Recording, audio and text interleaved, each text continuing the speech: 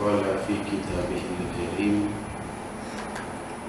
وهو أصدق القائلين أعوذ بالله السميع العليم من الشيطان الرجيم يا أيها الذين آمنوا أقيموا الصلاة وآتوا الزكاة واركعوا مع الراكعين. الآية. صلوات الله وسلامه على سيدنا وحبيبنا وشفيعنا ومولانا محمد صلى الله عليه وسلم الذي قال في بعض حديثه أول ما يحاسب به العبد يوم القيامة الصلاة إذا صلحت صلح سائر عمله وإذا فسدت فسد سائر عمله. صدق الله العظيم وصدق رسوله النبي الكريم ونحن على ذلك من الشاهدين والشاكرين والحمد لله رب العالمين.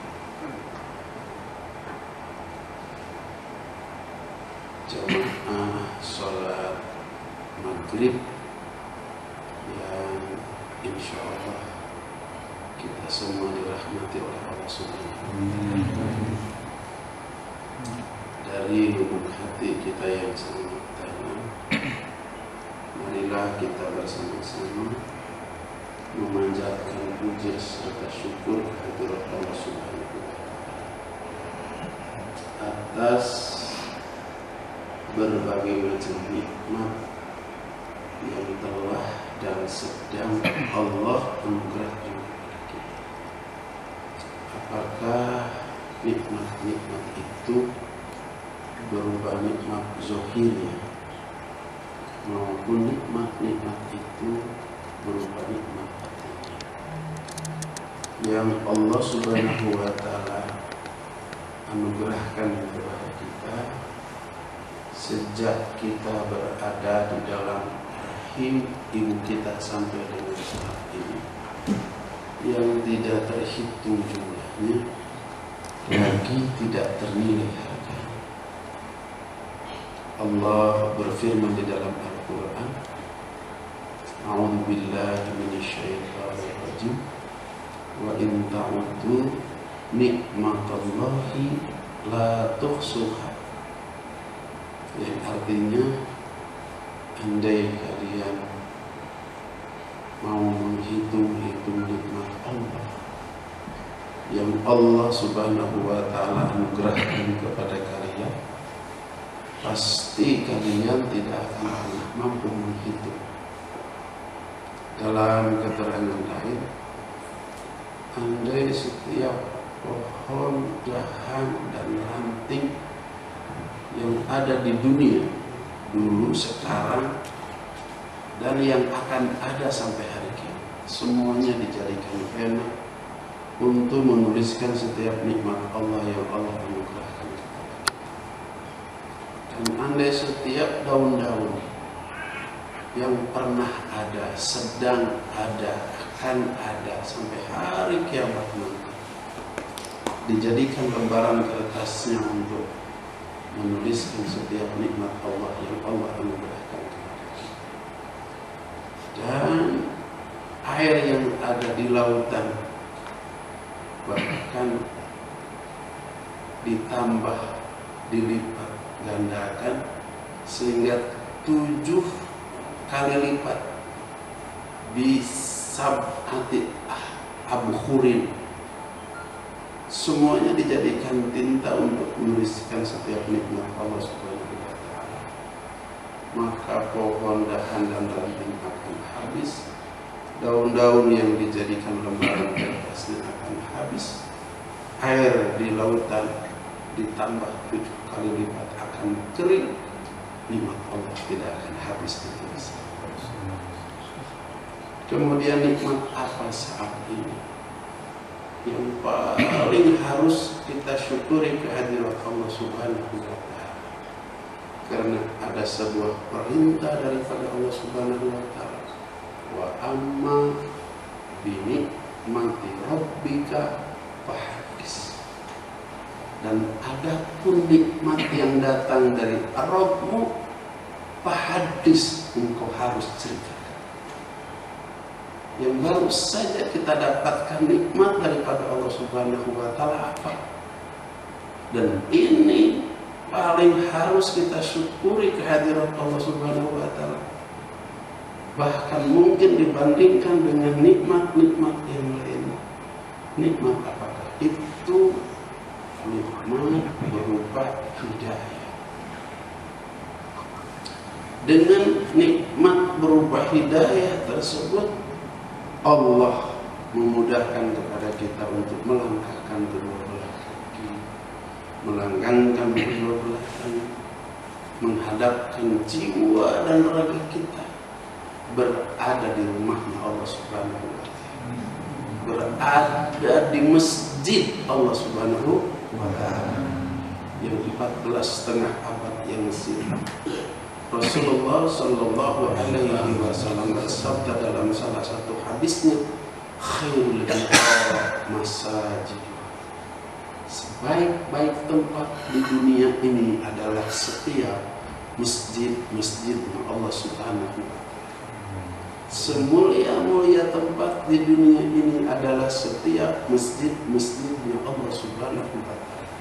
Dalam hadis yang lain, tempat yang paling dicintai oleh Allah Subhanahu wa Ta'ala setiap masjid-masjidnya Allah Subhanahu wa Ta'ala. Di Jakarta ada istana besar, istana negara. Bangunannya mewah, megah, jauh lebih mewah, lebih megah daripada masjid ini, betul? Karpetnya tebal, harganya mahal, lebih mahal daripada karpet ini, bahkan tidak pakai karpet karena musim Covid barangkali. Bahkan di Amerika Serikat ada gedung putih, namanya PBB, jauh lebih megah, lebih indah daripada istana di Jakarta. Lampunya lebih gemerlap daripada istana yang ada di Jakarta. Karpetnya lebih tebal, lebih mahal. Tapi dibandingkan tempat di mana Allah kita dudukan pada saat ini, tempat itu di sisi Allah tidak ada.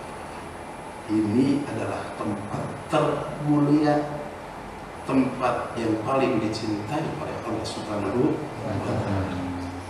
Semoga kita pulang dari sini tertular dengan tempat ini, sehingga kita menjadi orang yang dimuliakan oleh Allah Subhanahu wa Ta'ala, sehingga kita menjadi orang yang dicintai oleh Allah Subhanahu wa Ta'ala. Amin ya Allah. Kita bersyukur kehadirat Allah Subhanahu wa Ta'ala. Setelah Allah Subhanahu wa Ta'ala dudukan di tempat yang paling diagungkan, dimuliakan oleh Allah Subhanahu wa Ta'ala, kita dapat melakukan sebuah amalan. Yang amalan itu adalah amalan terbaik dari amalan-amalan yang diperintahkan oleh Allah Subhanahu wa Ta'ala. Amalan ibadah haji, amalan zakat, amalan saum Ramadan, amalan sedekah, amalan berbuat baik kepada ibu dan bapak, dan amalan-amalan yang lainnya itu adalah amalan-amalan yang baik. Tapi ada amalan yang terbaik dari amalan-amalan baik itu apa? Yaitu sholat. Apa? Sholat. Yaitu sholat. Sholat adalah merupakan amalan ibadah yang dapat mendekatkan diri seorang hamba kepada Allah sedekat-dekatnya. Zakat adalah amalan yang dapat mendekatkan diri kita kepada Allah. Puasa Ramadan adalah amalan yang dapat mendekatkan diri kita kepada Allah.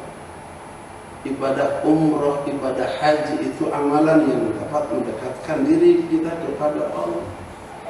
Akan tetapi amal ibadah yang paling dapat mendekatkan diri kita sedekat-dekatnya kepada Allah adalah ibadah sholat.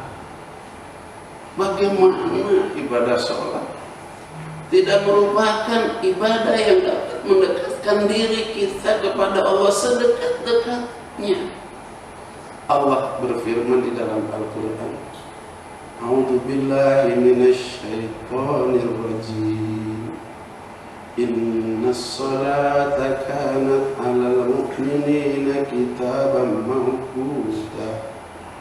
Sesungguhnya salat itu ditetapkan untuk orang-orang yang beriman berwaktu-waktu. Jadi salat itu oleh Allah Subhanahu wa taala ditetapkan waktu. Yang pertama adalah waktu zuhur. Allah yang menentukan. Yang kedua adalah waktu asar. Yang ketiga adalah waktu maghrib. Yang keempat adalah waktu isya, dan yang terakhir yang kelima adalah waktu subuh. Artinya apa? Kata Allah Subhanahu wa taala, kalau kamu ingin berjumpa dengan aku, datanglah waktu zuhur, datanglah waktu asar, datanglah waktu maghrib, datanglah waktu isya, dan datanglah waktu subuh. Aku ada di sini. Dan Allah tidak sekedar menetapkan waktu, akan tetapi Allah Subhanahu wa taala undang. Jangan-jangan di antara kita ada yang lupa. Maka dikumandangkanlah suara azan. Yang azan namanya Mustafa, tapi hakikat azan, ruh azan itu yang mengundang adalah Allah. Cirinya bahwa dalam doa setelah azan, Allahumma Rabb hadhihi da'wati tamma, ya Allah, Engkau Rabb yang mengundang dengan undangan yang sempurna. Jadi Allah telah sempurna mengundang. Kalau yang lain mengundang mohon kedatangan dan doa restu, tapi Allah mengundang kita. Pertama Allahu Akbar. Yang kedua wa asyhadu anna Muhammadar Rasul. Hayya 'alas shalah. Hayya 'alal falah. Qad qamatis shalah, qad qamatis shalah. Allahu Akbar, Allahu Akbar. La ilaha. Ada enggak undangan sesempurna itu? Ada enggak? Tidak ada undangan sesempurna itu.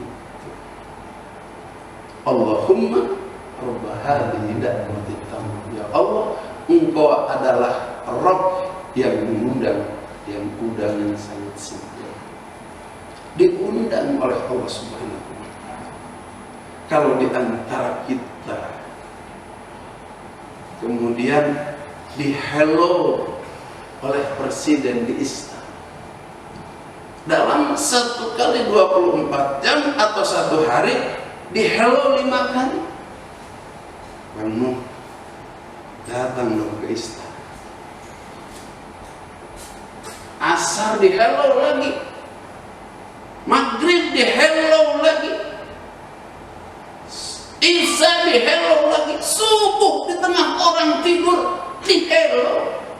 Bisa dibayangkan bagaimana kedekatan orang yang di-hello dengan orang yang meng-hello.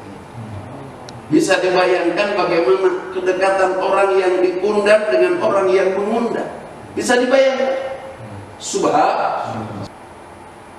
Kira-kira kalau ada di antara kita di-hello oleh presiden untuk datang ke istana, kira-kira bagaimana persiapan kita untuk datang ke istana? Mempersiapkan diri kita, sudah bersih mandi, membersihkan baju yang terbaik. Betul? Kalau mobil kita butut, barangkali kita sewa mobil atau kita pinjam. Presiden undang saya ke istana. Subhanallah. Yang undang kita saat ini bukan presiden, bukan perdana menteri, bukan raja Saudi Arabia. Allah yang undang kita. Allah yang undang kita. Ketika Allah Subhanahu wa taala setelah mengundang, bukan sekedar Allah menetapkan waktu untuk berjumpa dengannya, bukan sekedar Allah Subhanahu wa taala mengundang kita dengan suara azan, dengan undangan yang sangat sempurna, lebih jauh daripada itu. Allah Subhanahu wa ta'ala berfirman dalam hadis qudsi. Allah Subhanahu wa ta'ala berfirman, apabila engkau mendekat kepadaku sejengkal, aku lebih cepat menyambut kedatanganmu sehasta. Apabila engkau mendekat kepadaku sehasta, aku lebih cepat mendekat kepadamu menyambut kedatanganmu sedepak. Kata Allah, manakala engkau berjalan mendekat kepadaku, aku menyambut kedatanganmu dengan berlari. Bisa dibayangkan kalau ketika kita datang ke istana, kemudian kita masuk di gerbang istana, di sana presiden menyambut kedatangan kita dengan berlari. Bagaimana kemuliaan kita di hadapan presiden ini yang menyambut kedatangan kita pada saat kita berjalan. Allah yang berlari menyambut kedatangan kita. Bagaimana tidak sholat dikatakan merupakan ibadah yang mendekatkan diri seorang hamba sedekat-dekatnya kepada Allah Subhanahu wa ta'ala. Ketika kita mulai melakukan perjumpaan dengan Allah Subhanahu wa ta'ala, tolong diperhatikan yang mungkin sholat kita kemarin belum sampai di sini. Di dalam sholat itu setelahnya ada yang disebut dengan takbiratul ihram. Takbiratul ihram. Ada takbir, ada takbiratul ihram. Kalau takbir itu setelah puasa Ramadan dalam takbiran Allahu Akbar, Allahu Akbar, Allahu Akbar, la ilaha illallah, wallahu akbar, Allahu akbar, walillahil hamd. Itu namanya takbir. Tapi kalau sholat itu bukan takbir, tapi takbiratul ihram. Berbeda antara takbir dengan takbiratul ihram. Kalau takbir yang tadi, kalau takbiratul ihram artinya bahwa takbir yang mengharamkan perbuatan halal dilakukan di dalam sholat. Artinya kalau kita sudah Allahu Akbar, karena takbirnya adalah takbiratul ihram, arti takbiratul ihram adalah sebuah takbir yang mengharamkan perbuatan halal dilakukan di dalam sholat. Ai kulli fardin min aqradil halal fahuwa haram. Apa saja yang haram dilakukan di dalam sholat. Ingat istri ketika sholat, di luar sholat halal. Halal. Istri ingat suami di luar sholat halal tidak? Halal. Suami istri ingat anak yang masih di sekolah halal. Di luar sholat ingat kantor, ingat pekerjaan halal, ingat sawah, ingat ladang halal. Tapi kalau sudah Allahu Akbar, suami haram ingat istri, istri haram ingat suami, suami istri haram ingat anak-anak, pekerja halal ingat haram ingat pekerjaannya, pegawai kantor haram ingat kantornya, sawah ladang haram, semua yang halal haram kecuali apa yang telah diwajibkan oleh Allah, baik dalam gerakan maupun dalam ucapan di dalam sholat. Itu namanya takbiratul ihram. Kemudian di dalam takbiratul ihram itu ada yang disebut dengan rukun qauli, ada yang disebut dengan rukun fi'li. Allahu Akbar itu disebutnya rukun qauli. Tapi di dalam rukun qauli ada rukun fi'li. Apa itu? Pada saat Allahu Akbar diangkat kedua belah tangan, namanya rukun fi'li. Sampai diatur oleh para imam, di antaranya Imam Syafi'i, pada saat kita mengangkat kedua belah tangan karena dengan seksama mengikuti cara sholat Rasulullah SAW, karena 14,5 abad yang silam Rasulullah pernah bersabda dalam salah satu hadisnya, "Shallu kama ra'aitumuni usolli." Sholatlah kalian seperti kalian melihat aku sholat. Jadi sholat kita yang dilakukan itu adalah harus sholatnya seperti sholat Rasul. Maka ulama diantaranya Imam Syafi'i secara seksama melihat bagaimana sesungguhnya sholatnya Rasul, termasuk di dalamnya pada saat takbiratul ihram. Jadi laki-laki di sini, kalau perempuan di sini. Tidak boleh terlalu atas sampai ke sini. Tidak boleh di bawah, karena ini adalah sholatnya perempuan. Sholat laki-laki itu di sini.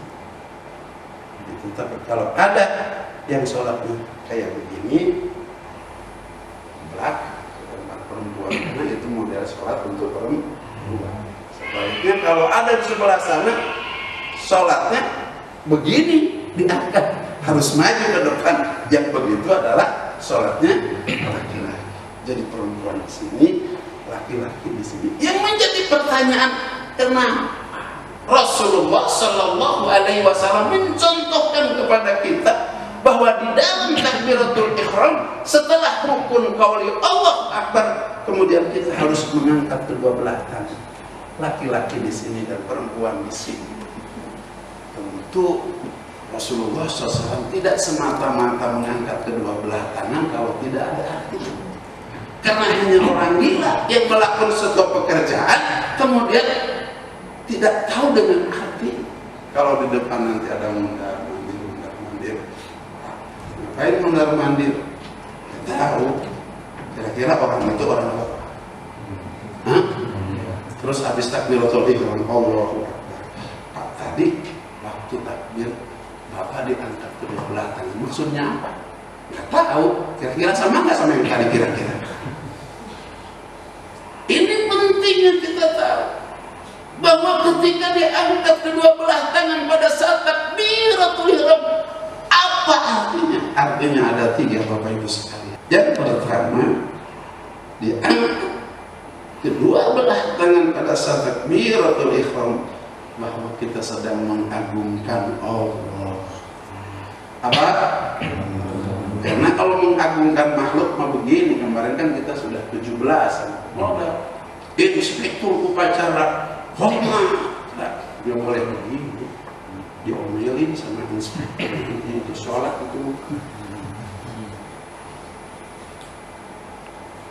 itu yang pertama, bahwa kita sedang mengagungkan Allah.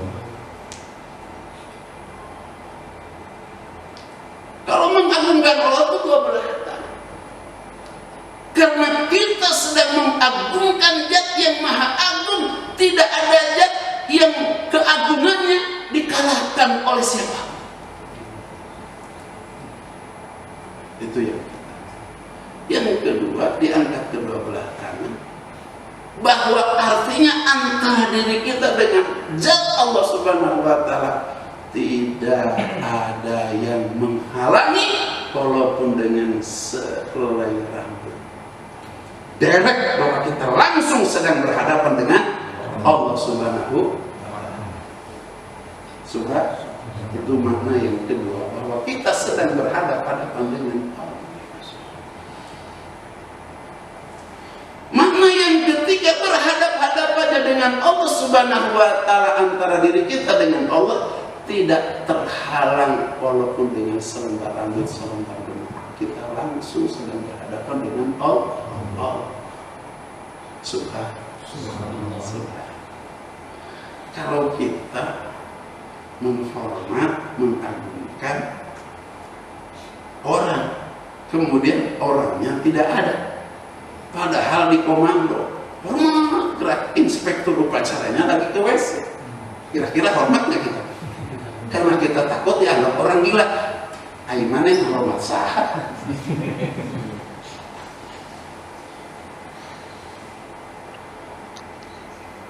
Kita mengangkat kedua belah tangan pada dalam sholat sedang menghormat Allah, mengagungkan Allah, dan Allahnya itu ada. Karena kalau Allah tidak ada, orang gila. Menghormat adanya Allah di hadapan kita tidak terhalang walaupun dengan selembar bunga. Subhan.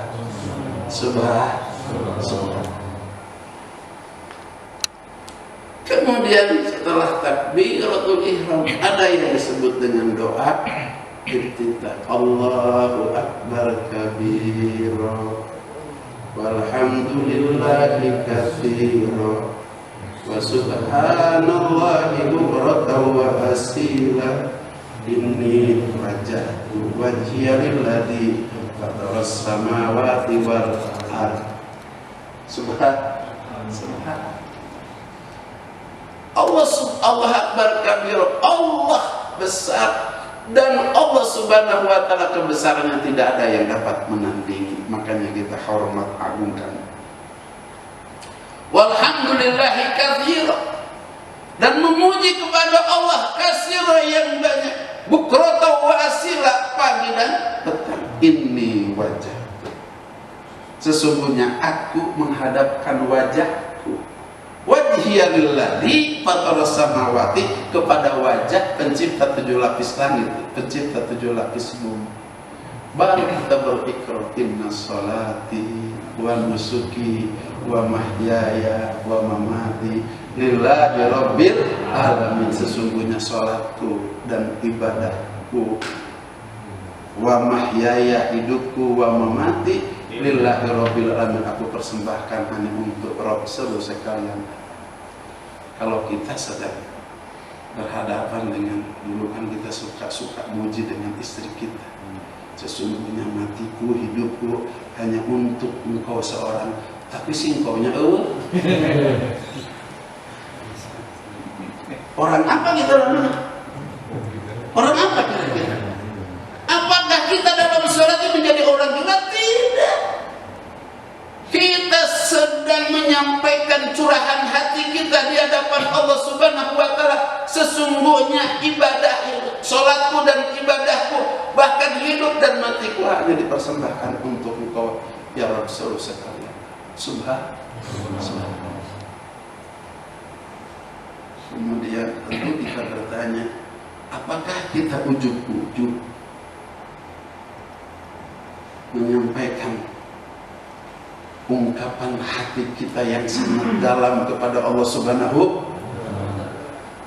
Sesungguhnya sholatku, ibadahku, sampai kepada hidup dan matiku, tidak untuk yang lain, hanya untuk engkau. Ini kalau boleh dikatakan kata-kata cinta, ini kata-kata cinta kalau sudah hidup dan matiku aku serahkan untuk engkau ya Allah seluruh sekalian. Ini sudah habis cinta kita. Betul? Habis. Begitu. Ini tanpa alasan, ujug-ujug, tidak. Memang sesungguhnya rumusan cinta itu, berdasarkan rumusan cinta hanya kepada Allah. Jadi kalau ada orang bercinta kepada selain Allah, bohong, nggak sesuai dengan rumusan cinta. Yang lain emang sudah masih apa? Terus masih hanaon? Dari ujung rambut sampai dengan ujung kaki siapa yang beri? Allah. Mata dengan segala penglihatannya sehingga kita mampu membedakan rupa. Tolong perhatikan baik-baik ini kata-kata. Allah memberikan telinga kepada kita sehingga kita bisa mendengar, sehingga kita mampu membedakan suara apa yang tidak bisa dibedakan oleh 2 lubang telinga. Rupa apa yang tidak bisa dibedakan dengan 2 pandangan mata. Turun lagi ke bawah, Allah yang memberikan hidung kepada kita. Dengan hidung di samping kita bisa bertahan hidup, yakni dengan napas pakai hidung. Dengan hidung dapat membedakan setiap wangi, setiap bau. 1001 wangi dapat dibedakan, 1001 bau dapat dibedakan. Ini wangi ini, wangi ini, wangi ini, sampai dalam 1 botol dicampur ada macam-macam minyak wangi, itu enggak salah. Mencium ini mah 1000 bunga. Subhanallah. Turun lagi ke bawah, Allah memberikan lidah 1001 rasa dapat dirasakan oleh satu lidah. Gula terasa manis, garam terasa asam, paria terasa pahit. Dikumpulkan semua rasa, ramai rasanya. Subhanallah, ramai rasanya kata lidah. Tidak tahu ini bukan cuma asam, ini bukan cuma manis, ini bukan cuma ini, macam-macam kata lidah. Ramai rasa. Subhanallah. Allah berikan 2 belah tangan. Pekerjaan apa yang tidak selesai dengan 2 tangan? Pekerjaan apa? Dari mulai yang kecil sampai dengan yang besar. Bikin sambal dengan tangan, bikin sepedaan, kecil besar, motor, kendaraan, pesawat, kapal laut, itu semua kerja tangan. Subhanallah. Kemudian Allah berikan 2 kaki kepada kita. Apa ini istilahkan, kaki ini adalah kendaraan tercanggih, termetik. Sampai hari kiamat tidak ada yang mengalahkan kendaraan yang bernama 2 kaki. Hari ini ada kendaraan yang namanya Rolls Royce, harganya 12 miliar. Bangga orang punya punya Rolls Royce dengan harga 12 miliar. Itu padahal dibandingkan dengan kendaraan yang namanya kaki, itu nggak ada apa-apa. Kalau nggak pakai bensin jalan ke mobil, enggak. Udah ada bensin, kalau nggak di starter hidup nggak. Walaupun katanya pakai rem, nggak hidup. Kalau nggak dioper gigi maju nggak. Kalau nggak dioper speed lari nggak. Kalau nggak direm berhenti nggak. Kapan kita beli bensin buat kaki? Kapan kita bikin nyetater kaki kapan? Bahaya kalau kaki kita harus pakai bensin. Walaupun ada bensinnya, kalau tapi tidak punya duit untuk beli bensin, bahaya. Atau ada bensinnya tapi kuncinya dibawa lari sama anak-anak main-main, bahaya nggak? Bahaya. Allah berikan kaki kendaraan tercanggih, termetik. Tidak ada kendaraan yang Allah hadiahkan kepada kita mengalahkan kehebatan kendaraan yang namanya kaki, tanpa bensin, tanpa kocok starter, tanpa oper gigi, tanpa pakai speed, tinggal niat saja. Mau jalan, mau lari, nggak mau jalan, nggak mau lari, ada anjing di belakang lari sendiri. Kendaraan mana yang sehebat itu yang Allah berikan kepada kita? Yang menjadi pertanyaan kepada kita pada hari ini, lama kita Allah berikan mata pada saat melihat hadiran Allah. Lama kita memberikan, Allah memberikan telinga pada saat mendengar hadir enggak Allah. Lama Allah berikan hidung kepada kita, bertahan hidup dengan hidup. Setiap wangi dan bau bisa dibedakan dengan hidup. Pada saat itu semua berfungsi, hadir enggak Allah Subhanahu wa ta'ala. Lama kita diberikan lidah oleh Allah Subhanahu wa ta'ala. 1001 rasa dapat dirasakan oleh lidah. Hadir enggak Allah pada saat kita merasa. Tidak ada yang dapat memproduk lidah di dunia ini. Sehebat apapun itu negara, teknologi, satu-satunya hanya Allah yang dapat memproduk lidah kita, yang mampu merasa setiap rasa yang ada di dunia. Hadir enggak Allah pada saat kita bekerja dengan tangan kita? Hadir enggak Allah pada saat Allah memberikan kedua belah kaki kepada kita, kita bisa berjalan, bisa berlari? Hadir enggak keagungan kebesaran Allah Subhanahu wa ta'ala? Itulah yang disebut dengan takbiratul ihram. Allahu Akbar. Masa kita masih ingat yang lain? Yang paling berjasa dalam kehidupan kita, satu-satunya zatnya Allah Subhanahu wa ta'ala. Sehingga satu-satunya yang paling berhak untuk kita cintai, satu-satunya hanya Allah Subhanahu wa ta'ala. Apa jasa yang lain kepada kita sehingga menuntut untuk kita cintai, lebih-lebih kita bercinta kepada Dia. Sedangkan Dia yang katanya memberi kepada kita itu digerakkan oleh Allah Subhanahu wa Ta'ala agar Dia berbuat baik kepada kita. Oleh karenanya orang sufi ketika ada kebaikan orang, yang dilihat bukan orangnya, Allah sedang menggerakkan tangannya untuk berbuat baik kepada saya. Allah sedang melakukan orang itu agar orang itu menolong kepada saya. Siapa yang berjasa?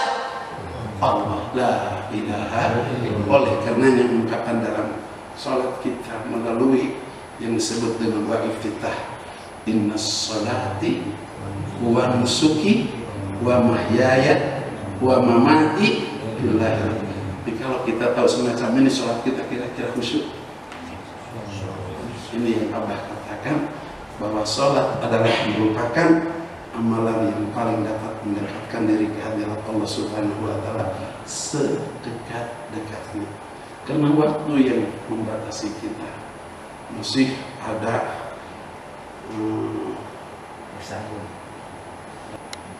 sujud salam nanti. Mudah-mudahan Allah panjangkan usia. Abah bisa berjumpa lagi di sini. Ini juga qadarullah. Abah juga tidak pernah mimpi untuk berada di sini. Tapi ketika Abah mendapatkan undangan nanti besok ada tausiah di Palembang, kemudian Abah harus berangkat lebih awal. Telepon istrinya Banu, Abah mau ke Bandung, Abah mampir di sini. Alhamdulillah Abah bisa nengok anak Abah bangun di sini, bisa, dan lebih jauh daripada itu, senang bisa berjumpa dengan bapak-bapak Indonesia. Ini saja yang dapat persembahkan, kurang lebihnya mohon maaf yang sebesar-besarnya. Billahi taufiq wal hidayah. Wal afu minkum billahi siratal mustaqim. Wassalamualaikum warahmatullahi wabarakatuh.